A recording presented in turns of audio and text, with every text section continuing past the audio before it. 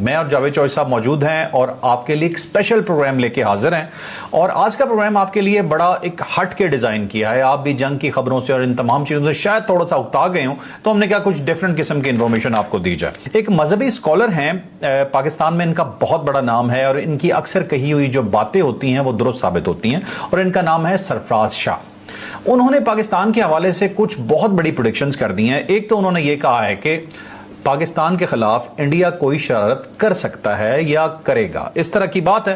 مطلب ویسے تو اللہ تعالیٰ کو معلوم ہوتی ہے ہر چیز کے بہتر کہ کیا ہوگا ایگزیکٹلی، لیکن کچھ اندازے جو ہوتے ہیں اس کے مطابق یہ کہہ رہے ہیں کہ انڈیا پھر کچھ کرے گا، لیکن اس کے جواب میں پھر کیا ہوگا یہ بڑا دلچسپ آنسر ہے، یہ بھی آپ کو بتائیں گے۔ اور پھر انہوں نے یہ بتایا جی کہ ایران اور امریکہ کی جو جنگ بندی ہے اس کے حوالے سے انہوں نے ایک بہت بڑی پریڈکشن دی ہے، یہ بھی آپ کو بتائیں گے اپنی خبر ڈیٹیل سے کہ دراصل یہ کیا چیز ہے۔ اور پھر انہوں نے پاکستان کے رتبے کے حوالے سے اور پاکستان میں ہونے والی کچھ تبدیلیوں کے حوالے سے بات کی ہے، اور اگر یہ تمام چیزیں جو وہ بتا رہے ہیں کہ اگر سچ ثابت ہوتی ہیں تو کیا ہوگا یہ بھی آپ کو سٹوری میں ہی بتاتے ہیں، تھوڑا سا سسپنس رکھ دیتے ہیں آپ کے لیے۔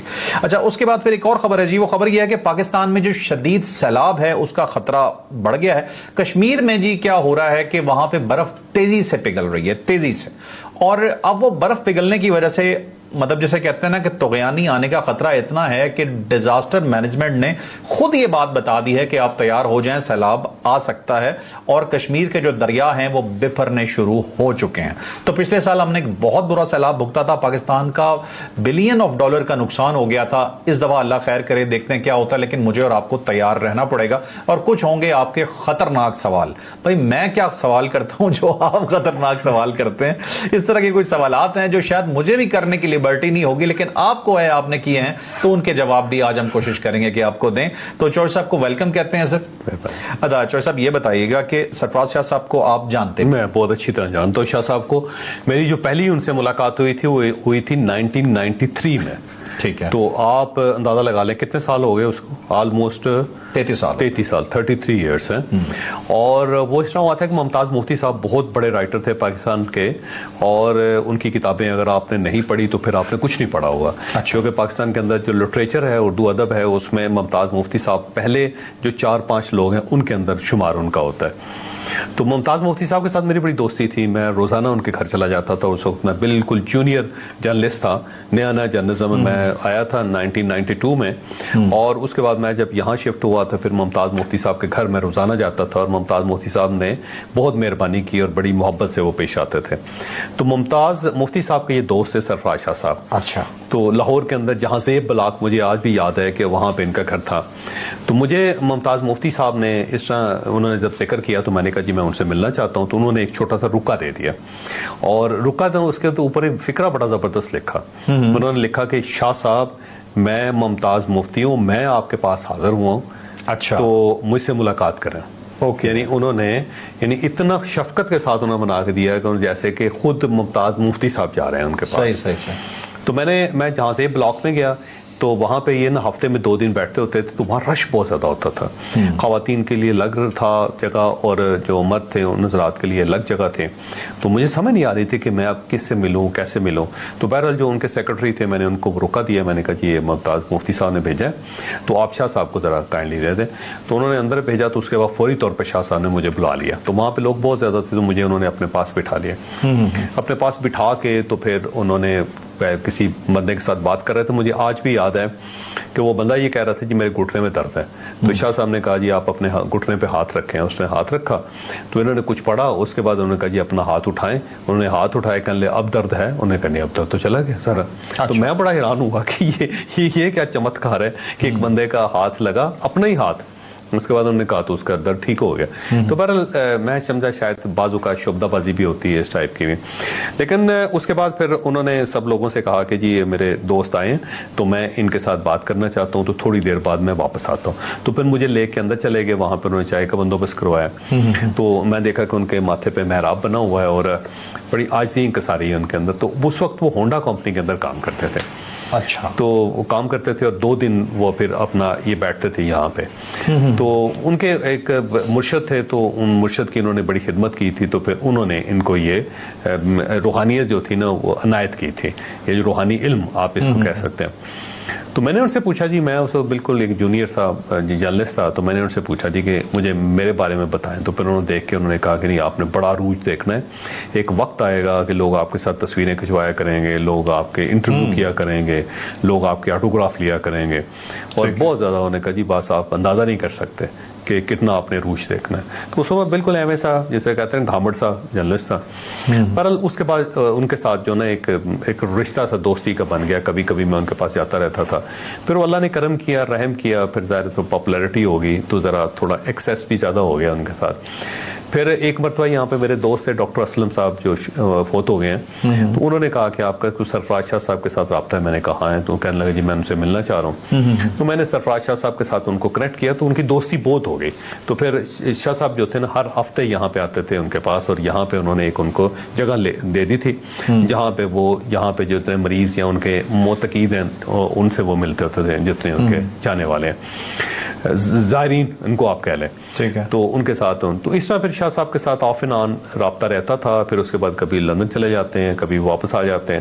تو ابھی بڑی مدت ہوگی ان کے ساتھ میری ملاقات نہیں ہے، لیکن بڑے زبردست قسم کے انسان، اس میں کوئی شک نہیں ہے. اور صاحب علم ہے اور صاحب حال جس کو کہتے ہیں نا، وہ ان کے اندر ہے یہ ایبلٹی.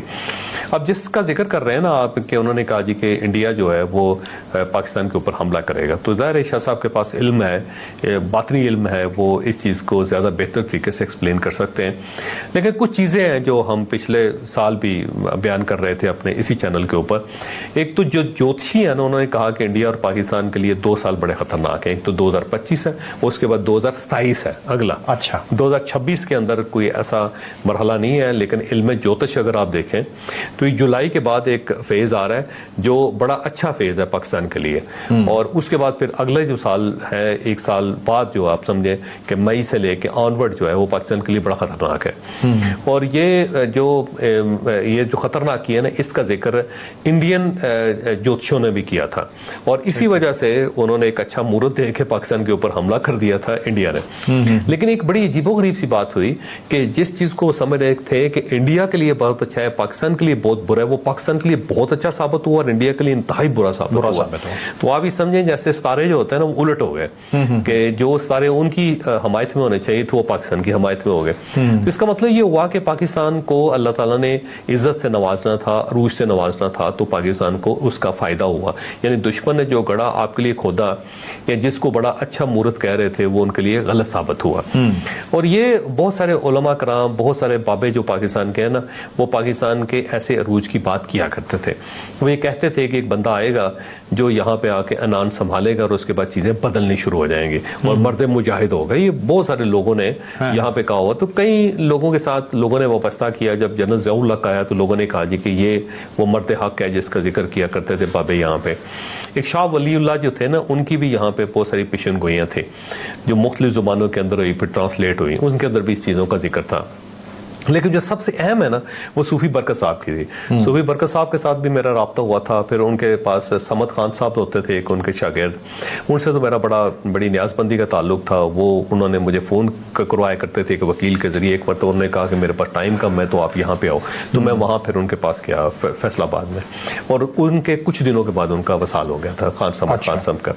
صوفی برکت صاحب جو تھے ان کی پیشین گوئی ابھی بھی بہت سرکولیٹ کر رہی ہے. جب یہ معاملہ ہوا تھا نا، یہ یہاں پہ اسلام آباد کے اندر ڈائلاگ ہونے شروع ہوئے تھے، صوفی برکت صاحب کی پیشین گوئی وہ لوگوں نے فارورڈ کی، مجھے بھی فارورڈ کی. بڑے بڑے فیصلے پاکستان میں، بڑے فیصلے جو ہوں گے پاکستان میں. انہوں نے کہا جی کہ میں نے جنگل میں دیکھا ایک وہاں پہ ایک بندیوانہ پھر رہا تھا اور وہ وہاں پہ کانٹے کٹھے کر رہا تھا، اور اس نے کہا کہ ایک وقت آئے گا پاکستان کے، پوری دنیا کے فیصلے پاکستان کے اندر ہوا کریں گے. تو اس زمانے میں بھی ہم سنتے ہوتے تھے، کہتے تھے یار پتہ نہیں کون سا وقت آئے گا، کب وقت آئے گا.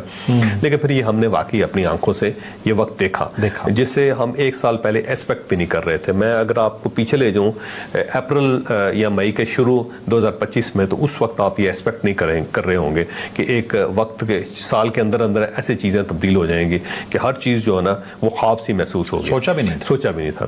اب اگر یہ ڈونلڈ ٹرمپ یہاں پہ آ جاتے ہیں اس سائڈ سے مسعود پزیشکیان جو جس کا بہت زیادہ امکان تھا 99% امکان تھا سیٹل ہوا, تو دیکھیں کتنی زیادہ گڈی چڑھ جانی ہے پاکستان کی. ابھی بھی معاملہ پاکستان کے ہاتھ سے نکلا نہیں ہے, یعنی سارے فریق جو ہیں وہ نکلتے ہیں لیکن الٹیمیٹلی پھر ان کو پاکستان کے پاس آنا پڑ جاتا ہے. ایسا لگتا ہے جیسے ایک میگنیٹ ہے جو کھینچ لیتا ہے, جو دوڑتا ہے اس کو پھر کھینچ کے واپس بلا دیتا ہے کہ بھائی جان کہاں جا رہے ہیں آپ, یہ فلاح کا راستہ تو یہی ہے, ادھر سے ہی آپ کو راستہ ملے گا. ابھی بھی بیک گراؤنڈ جتنے مذاکرات ہیں سارا پاکستان کروا رہا ہے. تو وہ شاہ صاحب نے جو ہے نا بات درست کی ہے, لیکن یہ یاد رکھیں 2027 جو ہے وہ خطرناک ہو سکتا ہے پاکستان کے لیے, کیونکہ اس وقت انڈیا نے اٹیک ضرور کرنا ہے.